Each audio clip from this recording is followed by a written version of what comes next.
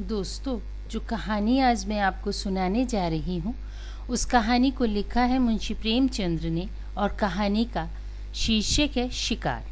तो आइए सुनते हैं कहानी शिकार। फटे वस्त्रों वाली मुनिया ने रानी वसुधा के चांद जैसे मुखड़े की ओर सम्मान भरी आंखों से देखकर राजकुमार को गोद में उठाते हुए कहा, हम गरीबों का इस तरह कैसे निभा हो सकता है महारानी। मेरी तो अपने आदमी से एक दिन न पटे, मैं उसे घर में बैठने न दूं, ऐसी ऐसी गालियां सुनाऊं कि छठी का दूध याद आ जाए। रानी वसुधा ने गंभीर विनोद भाव से कहा, क्यों, वह कहेगा नहीं कि तू मेरे बीच में बोलने वाली कौन है। मेरा जो इच्छा होगी वही करूंगा। तू अपनी रोटी कपड़े मुझसे लिया कर। तुझे मेरी दूसरी बातों से क्या मतलब? मैं तेरा गुलाम नहीं हूं। मुनिया 3 ही दिन से यहाँ लड़कों को खिलाने के लिए नौकर हुई थी। पहले 2-4 घरों में चौका बर्तन कर चुकी थी, पर रानियों से अदब के साथ बात करना अभी न सीख पाई थी। उसका सूखा हुआ सांवला चेहरा उत्तेजित हो उठा। कर्कश स्वर में बोली, जिस दिन ऐसी बातें मुंह से निकालेगा मूंछें उखाड़ लूंगी सरकार। वह मेरा गुलाम नहीं तो क्या मैं उसकी लौंडी हूँ? अगर वह मेरा गुलाम है तो मैं उसकी लौंडी हूँ। मैं आप नहीं खाती, उसे खिला देती हूँ, क्योंकि वह मर्द बच्चा है। पल्लेदारी में उसे बहुत कसाला करना पड़ता है। आप चाहे फटे पहनूं, पर उसे फटा पुराना नहीं पहनने देती। जब मैं उसके लिए इतना करती हूँ तो मजाल है कि वह मुझे आंखें दिखाए। अपने घर को आदमी इसीलिए तो छाता छोपता है कि उससे बरखा बूंदी में बचाव हो। अगर यह डर लगा रहे कि घर न जाने कब गिर पड़ेगा तो ऐसे घर में कौन रहेगा? उससे तो रूख की छाह ही कहीं अच्छी। कल न जाने कहाँ बैठा गाता बजाता रहा। 10 बजे रात को घर आया। मैं रात भर उससे बोली नहीं, लगा पैरों पड़ने घिघियाने। तब मुझे दया आ गई। यही मुझ में एक बुराई है, मुझसे उसकी रोनी सूरत नहीं देखी जाती, इसी से वह कभी कभी बहक जाता है। पर अब मैं पक्की हो गई हूँ, फिर किसी दिन झगड़ा किया तो या वही रहेगा या मैं ही रहूंगी। क्यों किसी की धौंस सहूं सरकार? जो बैठ कर खाए वह धौंस सहे। यहाँ तो बराबर की कमाई करती हूँ। वसुधा ने उसी गंभीर भाव से फिर पूछा, अगर वह तुझे बिठाकर खिलाता तब उसकी धौंस सहती? मुनिया जैसे लड़ने पे उतारू हो गई। बोली, बिठाकर कौन क्या खिलाएगा सरकार? मर्द बाहर काम करता है तो हम भी तो घर में काम करती हैं कि घर के काम में कुछ लगता ही नहीं। बाहर के काम से तो रात को भी छुट्टी मिल जाती है, घर के काम से तो रात को भी छुट्टी नहीं मिलती। पुरुष यह चाहे कि मुझे घर में बिठाकर आप सैर सपाटा करे तो मुझसे तो न सहा जाए।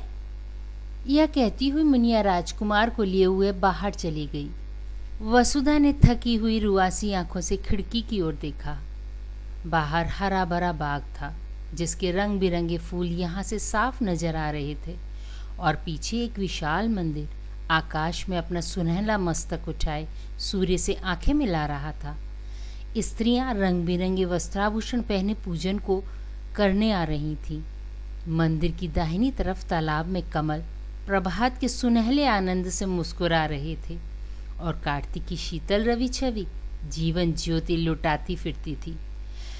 पर प्रकृति की यह सुरम्य शोभा वसुधा को कोई हर्ष न प्रदान कर सकी। उसे जान पड़ा, प्रकृति उसकी दशा पर व्यंग से मुस्कुरा रही है। उसी सरोवर के तट पर केवट का एक टूटा फूटा झोपड़ा किसी अभागिनी वृद्धा की भांति रो रहा था। वसुधा की आंखें सजल हो गईं। पुष्प और उद्यान के मध्य में खड़ा हुआ वह सूना झोपड़ा उसके विलास और ऐश्वर्य से घिरे हुए मन का सजीव मित्र था। उसके जी में आया, जाकर झोंपड़े के गले लिपट जाऊं और खूब रोऊं। वसुधा को इस घर में आए 5 वर्ष हो गए। पहले उसने अपने भाग्य को सराहा था। माता पिता के छोटे से कच्चे आनंदहीन घर को छोड़कर वह एक विशाल भवन में आई थी, जहाँ संपत्ति उसके पैरों को चूमती हुई जान पड़ती थी। उस समय संपत्ति ही उसकी आंखों में सब कुछ थी। पति प्रेम गौण सी वस्तु थी, पर उसका लोभी मन संपत्ति पर संतुष्ट न हो सका। पति प्रेम के लिए हाथ फैलाने लगा। कुछ दिनों में उसे मालूम हुआ मुझे परम रत्न भी मिल गया। पर थोड़े ही दिनों में वह भ्रम जाता रहा। कुंवर गजराज सिंह रूपवान थे, उदार थे, बलवान थे, शिक्षित थे, विनोद प्रिय थे और प्रेम का अभिनय भी करना जानते थे। उनके जीवन में प्रेम से कंपित होने वाला तार न था।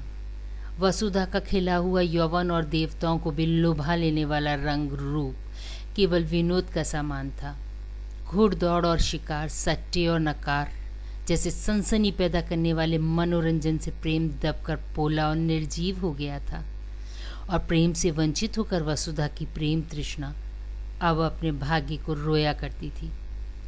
2 पुत्र रत्न पाकर भी वह सुखी न थी। कुंवर साहब 1 महीने से ज़्यादा हुआ शिकार खेलने गए और अभी तक लौट कर नहीं आए और यह ऐसा पहला ही अवसर न था। हाँ, अब उनकी अवधि बढ़ गई थी। पहले वह 1 सप्ताह में लौट आते थे, फिर 2 सप्ताह का नंबर चला और अब कई बार से 1-1 महीने की खबर लेने लगे। साल में 3-3 महीने शिकार की भेंट हो जाते। शिकार से लौटते तो घुड़दौड़ का राग छिड़ता था।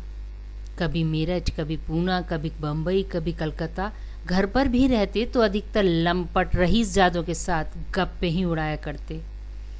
पति के रंग ढंग देखकर वसुधा मन ही मन कुड़ती और घुलती जाती थी। कुछ दिनों से हल्का हल्का ज्वर भी रहने लगा था। वसुधा बड़ी देर तक बैठी उदास आंखों से यह दृश्य देखती रही। फिर टेलीफोन पर आकर उसने रियासत के मैनेजर से पूछा, कुंवर साहब का कोई पत्र आया? फ़ोन ने जवाब दिया, जी हाँ, अभी खत आया है। कुंवर साहब ने एक बहुत बड़े शेर को मारा है। वसुधा ने जलकर कहा, मैं यह नहीं पूछती आने को कब लिखा है। आने के बारे में तो कुछ नहीं लिखा। यहाँ से उनका पड़ाव कितनी दूर है? यहाँ से 200 मील से कम ना होगा। पीलीभीत के जंगलों में शिकार हो रहा है। मेरे लिए 2 मोटरों का इंतज़ाम कर दीजिए, मैं आज वहाँ जाना चाहती हूँ। फ़ोन ने कई मिनट के बाद जवाब दिया, 1 मोटर तो वह साथ ले गए हैं, 1 हाकिम जिला के बंगले पर पहुँचा दी गई है, 3री बैंक के मैनेजर की सवारी में, 4थी की मरम्मत हो रही है। वसुधा का चेहरा क्रोध से तमतमा उठा। बोली, किसके हुक्म से बैंक के मैनेजर और हाकिम जिला की मोटरें भेजी गई हैं? आप दोनों मंगवा लीजिए, मैं आज ज़रूर जाऊंगी। उन दोनों साहबों के पास हमेशा मोटरें भेजी जाती रही हैं, इसलिए मैंने भेज दी। अब आप हुक्म दे रही हैं तो मंगवा लूँगा। वसुधा ने फ़ोन से आकर सफ़र का सामान ठीक करना शुरू किया। उसने उसी आवेश में आकर अपने भाग्य निर्णय करने का भी निश्चय कर लिया था। परित्यक्ता की भांति पड़ी रहकर जीवन को समाप्त न करना चाहती थी, पर जाकर कुंवर साहब से कहेगी, अगर आप समझते हैं कि मैं आपकी संपत्ति की लौंडी बनकर रहूं तो यह नाम मुझसे न होगा। आपकी संपत्ति आपको मुबारक हो। मेरा अधिकार आपकी संपत्ति पर नहीं, आपके ऊपर है। अगर आप मुझसे जौ भर हटना चाहते हैं तो मैं आपसे हाथ भर हट जाऊंगी। इस तरह की और कितनी ही विराग भरी बातें उसके मन में बगुलों की भांति उठ रही थी। डॉक्टर साहब ने द्वार पर आकर पुकारा, मैं अंदर आऊं? वसुधा ने नम्रता से कहा, आज क्षमा कीजिए, मैं जरा पीलीभीत जा रही हूँ। डॉक्टर ने आश्चर्य से कहा, आप पीलीभीत जा रही हैं? आपका जोर तो बढ़ जाएगा। इस दिशा में मैं आपको जाने की सलाह ना दूंगा। वसुधा ने विरक्त स्वर में कहा, बढ़ जाएगा, बढ़ जाए, मुझे इसकी चिंता नहीं है। वृद्ध डॉक्टर पर्दा उठाकर आ गया और वसुधा के चेहरे की ओर ताकता हुआ बोला, लाइए मैं आपका टेम्परेचर ले लूँ। अगर टेम्परेचर बढ़ा होगा तो मैं आपको हरगिज़ न जाने दूंगा। टेम्परेचर लेने की ज़रूरत नहीं, मेरा इरादा पक्का हो गया है। स्वास्थ्य पर ध्यान रखना आपका पहला कर्तव्य है। वसुधा ने मुस्कुराकर कहा, आप निश्चित रहिए, मैं इतनी जल्दी मरी नहीं जा रही हूँ। फिर अगर किसी बीमारी की दवा मौत ही है तो आप क्या करेंगे? डॉक्टर ने 2-1 बार आग्रह किया, फिर विस्मय से सिर हिलाता चला गया। भाग 2। रेलगाड़ी से जाने में आखिरी स्टेशन से 10 कोस तक जंगली सुनसान रास्ता तय करना पड़ता था, इसलिए कुंवर साहब बराबर मोटर ही पर जाते थे। वसुधा ने भी उसी से जाने का निश्चय किया। 10 बजते बजते दोनों मोटरें आ गईं। वसुधा ने ड्राइवरों पर गुस्सा उतारा, अब मेरे हुक्म के बगैर कहीं मोटर ले गए तो मोटर का किराया तुम्हारी तलब से काट लूँगी। अच्छी दिल लगी है, घर को रोए बन की गाय। हमने अपने आराम के लिए मोटर रखी हैं, किसी की खुशामद करने के लिए नहीं। जिसे मोटर पर सवार होने का शौक़ हो मोटर खरीदे, यह नहीं कि हलवाई की दुकान देखी और दादे का फातिहा पढ़ने बैठ गए। वह चली तो दोनों बच्चे कुनमुनाए, मगर जब मालूम हुआ कि अम्मा बड़ी दूर हवा मारने जा रही हैं तो उनका यात्रा प्रेम ठंडा पड़ा। वसुधा ने आज सुबह से उन्हें प्यार न किया था। उसने जलन में सोचा, मैं ही क्यों इन्हें प्यार करूं? मैंने ही इनका ठेका लिया है। वह तो वहाँ जाकर चैन करें और मैं यहाँ इन्हें छाती से लगाए बैठी रहूं। लेकिन चलते समय माता का हृदय पुलक उठा। दोनों को बारी बारी से गोद में लिया, चूमा, प्यार किया और घंटे भर में लौट आने का वचन देकर वह सजल नेत्रों के साथ घर से निकली। मार्ग में भी उसे बच्चों की याद बार बार आती रही। रास्ते में कोई गांव आ जाता और छोटे छोटे बालक मोटर की दौड़ देखने के लिए घरों से निकल आते और सड़क पर खड़े होकर तालियां बजाते हुए मोटर का स्वागत करते। तो वसुधा का जी चाहता इन्हें गोद में उठाकर प्यार कर लूं। मोटर जितने वेग से आगे जा रही थी उतने ही वेग से उसका मन सामने के वृक्ष समूहों के पीछे की ओर उड़ा जा रहा था। कई बार इच्छा हुई घर लौट चलूं। जब उन्हें मेरी रत्ती भर परवाह नहीं है तो मैं ही क्यों उनके लिए फिक्र में प्राण दूं? जी चाहे आवे या ना आवे। लेकिन एक बार पति से मिलकर उनसे खरी खरी बात करने के प्रलोभन को वह न रोक सकी।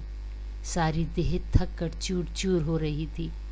ज्वर भी हो आया था, सिर पीड़ा से फटा पड़ता था, पर वह संकल्प से सारी बाधाओं को दबाए आगे बढ़ती जाती थी। यहाँ तक कि जब वह 10 बजे रात को जंगल के उस डाक बंगले में पहुंची तो उसे तन बदन की सुधि न थी। जोर का ज्वर चढ़ा हुआ था। भाग 3। शॉफर की आवाज़ सुनते ही कुंवर साहब निकल आए और पूछा, तुम यहाँ कैसे आए जी? कुशल तो है? शॉफर ने समीप आकर कहा, रानी साहब आई हैं हुजूर। रास्ते में बुखार हो आया, बेहोश पड़ी हुई हैं। कुंवर साहब ने वहीं खड़े कठोर स्वर में पूछा, तो तुम उन्हें वापस क्यों न ले गए? क्या तुम्हें मालूम नहीं था यहाँ कोई वैद्य हकीम नहीं है? शॉफर ने सिट पिटाकर जवाब दिया, हुजूर वह किसी तरह से मानती ही न थी तो मैं क्या करता? कुंवर साहब ने डांटा, चुप रहो जी, बातें ना बनाओ। तुमने समझा होगा शिकार की बाहर देखेंगे और पड़े पड़े सोएंगे। तुमने वापस चलने को कहा ही ना होगा। शॉफर, वह मुझे डांटती थी हुजूर। तुमने कहा था? मैंने कहा तो नहीं हुजूर। बस तो चुप रहो, मैं तुमको भी पहचानता हूँ। तुम्हें मोटर लेकर इसी वक्त लौटना पड़ेगा। और कौन कौन साथ आया है? शॉफर ने दबी हुई आवाज़ में कहा, एक मोटर पर बिस्तर और कपड़े हैं, एक पर खुद रानी साहिबा हैं।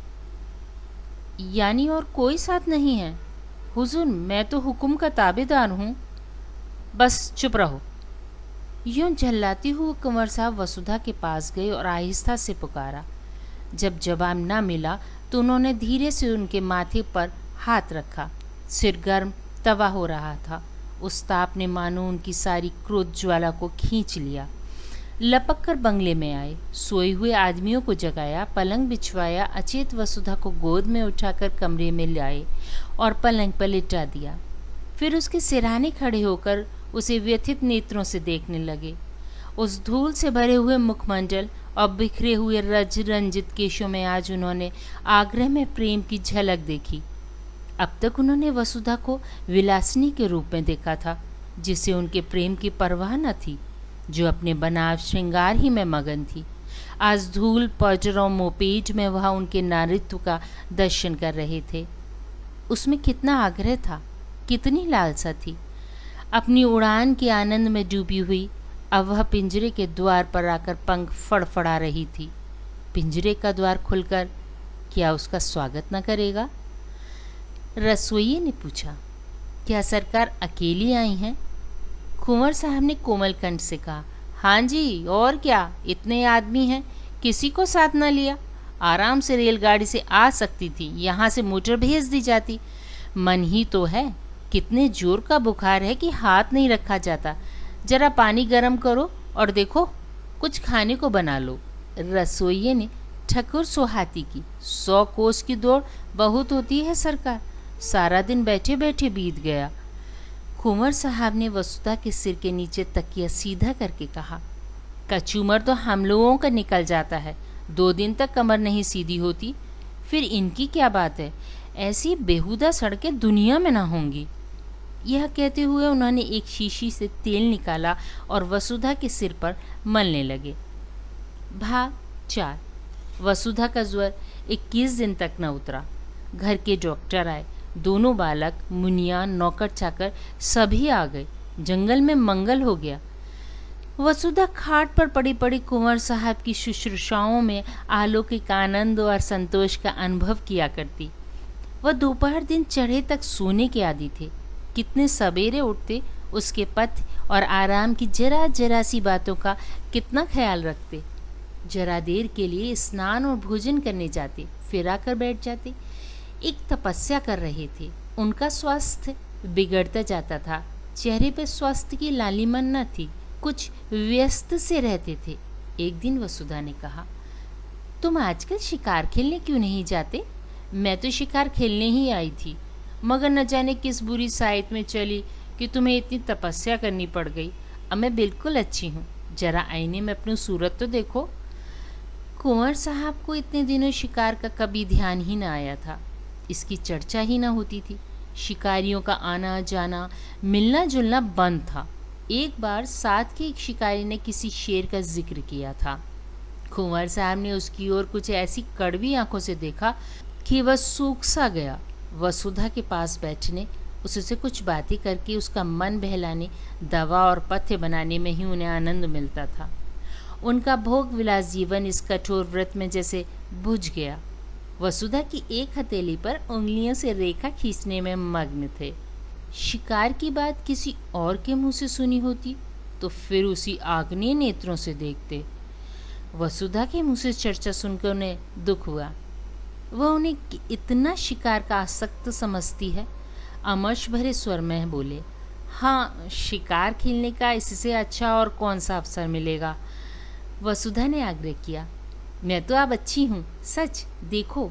आईने की ओर दिखाकर, मेरे चेहरे का वह पीलापन नहीं रहा। तुम अलबत्ता बीमार से होते जाते हो, जरा मन बहल जाएगा। बीमार के पास बैठने से आदमी सचमुच बीमार हो जाता है। वसुधा ने साधारण सी बात कही थी, पर कुंवर साहब के हृदय पर वह चिंगारी के समान लगी। इधर वह अपने शिकार के खबत पर कई बार पछता चुके थे। अगर वह शिकार के पीछे यूं न पड़ते तो वसुधा यहाँ क्यों आती और क्यों बीमार पड़ती।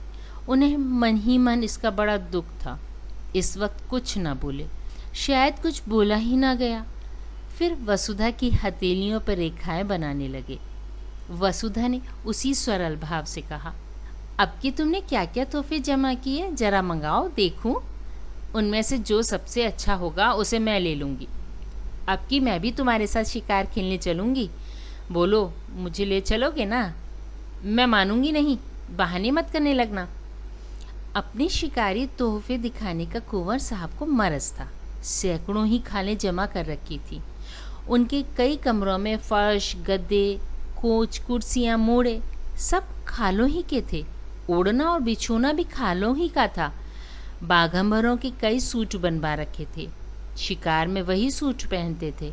अब की भी बहुत से सींग, सिर, पंजे, खाले जमा कर रखी थी।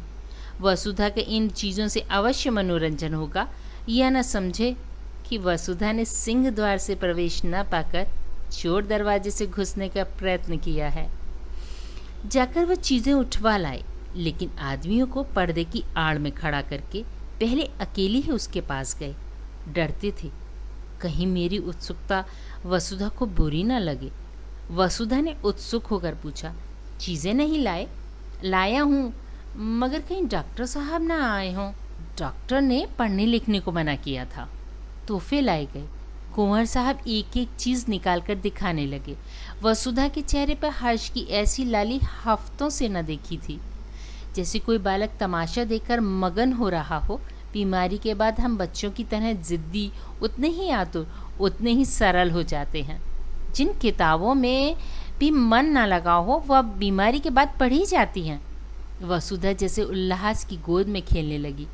चीतों की खालें थी, बाघों की, मृगों की, शेरों की। वसुधा हर एक खाल को नई उमंग से देखती, जैसे बायोस्कोप के एक चित्र के बाद दूसरा चित्र आ रहा हो। कुंवर साहब एक एक तोहफे का इतिहास सुनाने लगे। यह जानवर कैसे मारा गया, उसके मारने में क्या क्या बाधाएं पड़ी, क्या क्या उपाय करने पड़े, पहले कहाँ गोली लगी, आदि। वसुधा हर एक की कथा आंखें फाड़ फाड़ कर सुन रही थी।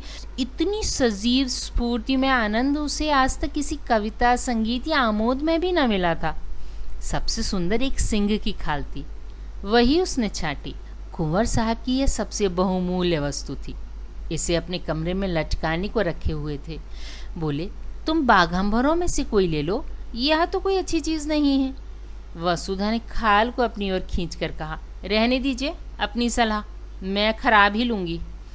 कुंवर साहब ने जैसे अपनी आंखों से आंसू पोंछकर कहा, तुम वही ले लो, मैं तो तुम्हारे ख्याल से ही कह रहा था, मैं फिर वैसा ही मार लूँगा। तो तुम मुझे चकमा क्यों देते थे? चकमा कौन देता था? अच्छा खाओ मेरे सिर की कसम कि यह सबसे सुंदर खाल नहीं है। कुंवर साहब ने हार की हंसी हंसकर कहा, कसम क्यों खाएं? इस एक खाल के लिए ऐसी ऐसी लाख खालें हों तो तुम्हारे ऊपर नछावर कर दूं। जब शिकारी सब खाने लेकर चला गया तो कुंवर साहब ने कहा, मैं इस खाल पर काली ऊन से अपना समर्पण लिखूंगा। वसुधा ने थकान से पलंग पर लेटते हुए कहा, अब मैं भी शिकार खेलने चलूँगी।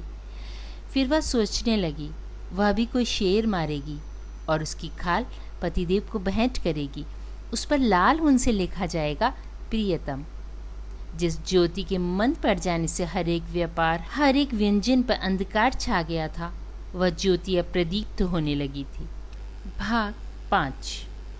शिकार का वृतांत सुनने की वसुधा को चाट सी पड़ गई। कुंवर साहब को कई कई बार अपने अनुभव सुनाने पड़े। उसका सुनने से जी ही नहीं भरता था। अब तक कुंवर साहब का संसार अलग था।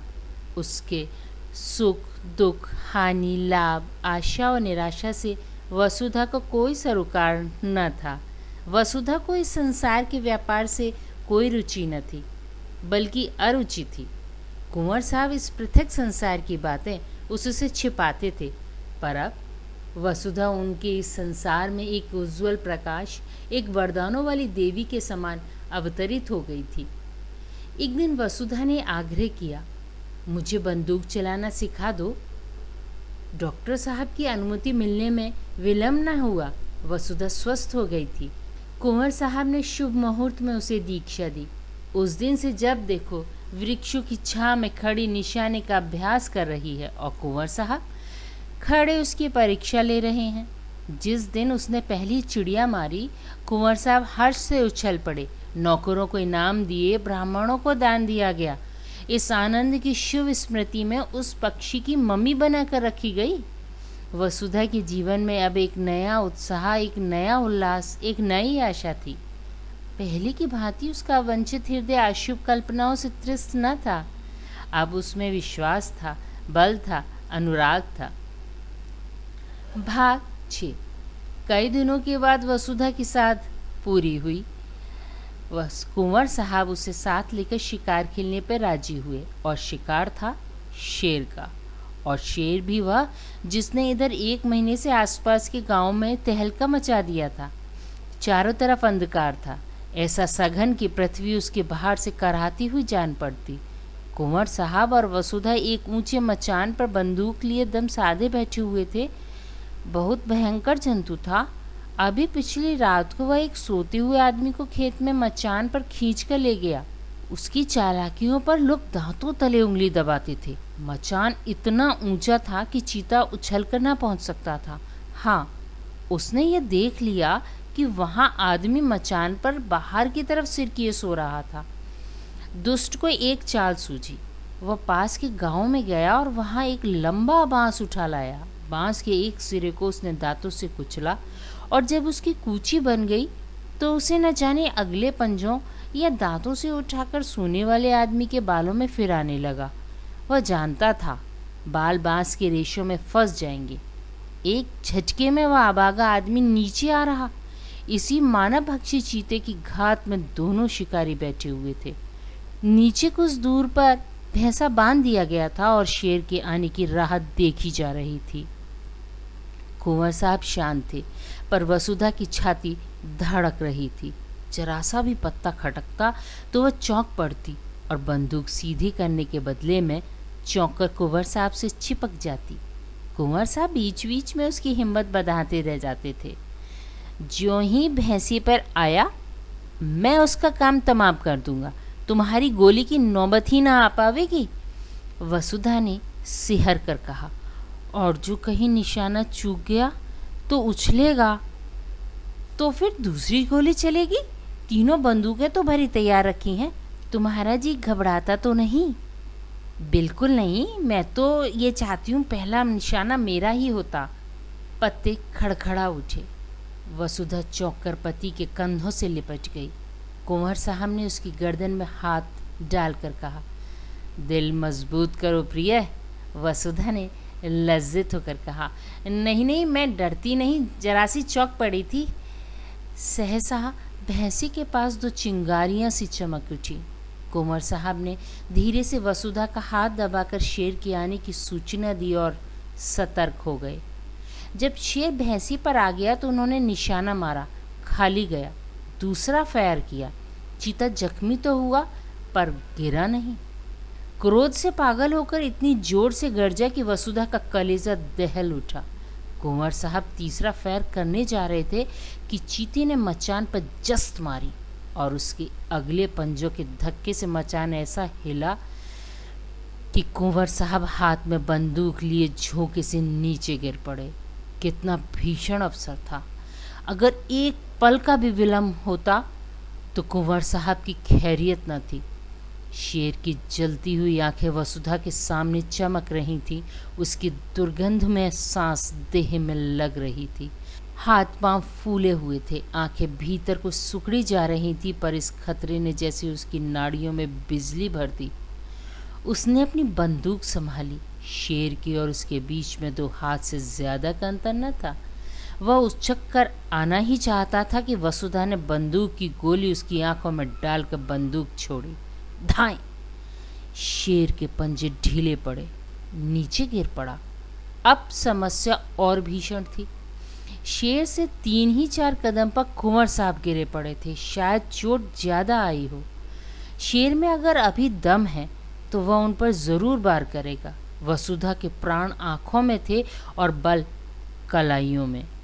इस वक्त कोई उसके देह में भाला भी चुभा देता तो उसे खबर न होती।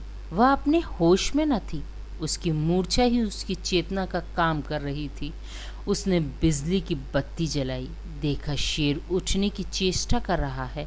दूसरी गोली सिर पर मारी और उसके साथ ही रिवॉल्वर लिए नीचे कूदी। शेर जोर से घुर्राया। वसुधा ने उसके मुंह के सामने रिवॉल्वर खाली कर दिया। कुंवर साहब संभल कर खड़े हो गए। दौड़कर उसे छाती से चिमटा लिया। अरे यह क्या! वसुधा बेहोश थी। भय उसके प्राणों को मुट्ठी में लिए उसकी आत्मरक्षा कर रहा था। भय की शांत होते ही मूर्छा आ गई। भाग 7। 3 घंटों के बाद वसुधा की मूर्छा टूटी। उसकी चेतना अब भी उन्हीं भय परिस्थितियों में विचर कर रही थी। उसने धीरे से डरते डरते आंख खोली। कुंवर साहब ने पूछा, कैसा जी है प्रिय? वसुधा ने उनकी रक्षा के लिए दोनों हाथों का घेरा बनाते हुए कहा, वहां से हट जाओ, ऐसा ना हो झपट पड़े। कुंवर साहब ने हंसकर कहा, शेर कब का ठंडा हो गया, वह बरामदे में पड़ा है। ऐसे डील डॉल का और इतना भयानक सिंह मैंने नहीं देखा। वसुधा, तुम्हें चोट तो नहीं आई? कुंवर, बिल्कुल नहीं। तुम कूद क्यों पड़ी? पैरों में बड़ी चोट आई होगी। तुम जीती कैसे बची, ये आश्चर्य है। मैं तो इतनी ऊंचाई से कभी ना कूद सकता। वसुधा ने चकित होकर कहा, मैं कहाँ कूदी? शेर मचान पर आया, इतना याद है। उसके बाद क्या हुआ मुझे कुछ याद नहीं। कुंवर को भी विस्मय हुआ। वाह, तुमने उस पर 2 गोलियां चलाई। जब वह नीचे गिरा तो तुम भी कूद पड़ी और उसके मुंह पर रिवॉल्वर की नली ठूस दी। बस वहीं ठंडा हो गया। बड़ा बेहद जानवर था। अगर तुम चूक जाती तो वह नीचे आते ही मुझ पर ज़रूर चोट करता। मेरे पास तो छुरी भी न थी। बंदूक हाथ से छूटकर दूसरी तरफ गिर गई थी और अंधेरे में कुछ सुझाई नहीं देता था। तुम्हारे ही प्रभाव से इस वक्त मैं यहाँ खड़ा हूँ। तुमने मुझे प्राण दान दिया। दूसरे दिन प्रातःकाल वहाँ से कूच हुआ। जो घर वसुधा को फाड़े खाता था उसमें आज जाकर ऐसा आनंद आया जैसे किसी बिछड़े मित्र से मिली हो। हर एक वस्तु उसका स्वागत करती हुई मालूम होती थी। जिन नौकरों और लौंडियों से वह महीनों से सीधे मुंह न बोली थी, उनसे वह आज हंस हंस कर कुशल पूछती और गले मिलती थी, जैसे अपनी पिछली रुखाइयों की पटौती कर रही हो। संध्या का सूर्य आकाश के स्वर्ण सागर में अपनी नौका खेता हुआ चला जा रहा था। वसुधा खिड़की के सामने कुर्सी पर बैठ के सामने का दृश्य देखने लगी। उस दृश्य में आज जीवन था, विकास था, उन्माद था। केवट का वह सूना झोपड़ा भी आज कितना सुहावना लग रहा था। प्रकृति में मोहिनी भरी हुई थी। मंदिर के सामने मुनिया राजकुमारों को खिला रही थी। वसुधा के मन में आज कुलदेव के प्रति श्रद्धा जागृत हुई, जो बरसों से पड़ी सो रही थी। उसने पूजा के सामान को मंगवाए और पूजा करने चली। आनंद से भरे भंडार में अब वह कुछ दान भी कर सकती थी। जलते हुए हृदय से ज्वाला की सिवा और क्या निकलती। उसी वक्त कुंवर साहब आकर बोले, अच्छा पूजा करने जा रही हो? मैं भी वहीं जा रहा था। मैंने एक मनौती भी मान रखी है। वसुधा ने मुस्कुराती हुई आंखों से पूछा, कैसी मनौती है? कुंवर साहब ने हंसकर कहा, यह ना बताऊंगा। बस यही थी कहानी शिकार। यदि आपको मेरा कहानी सुनाने का ढंग अच्छा लगता हो तो please like, subscribe and share my channel. Thank you.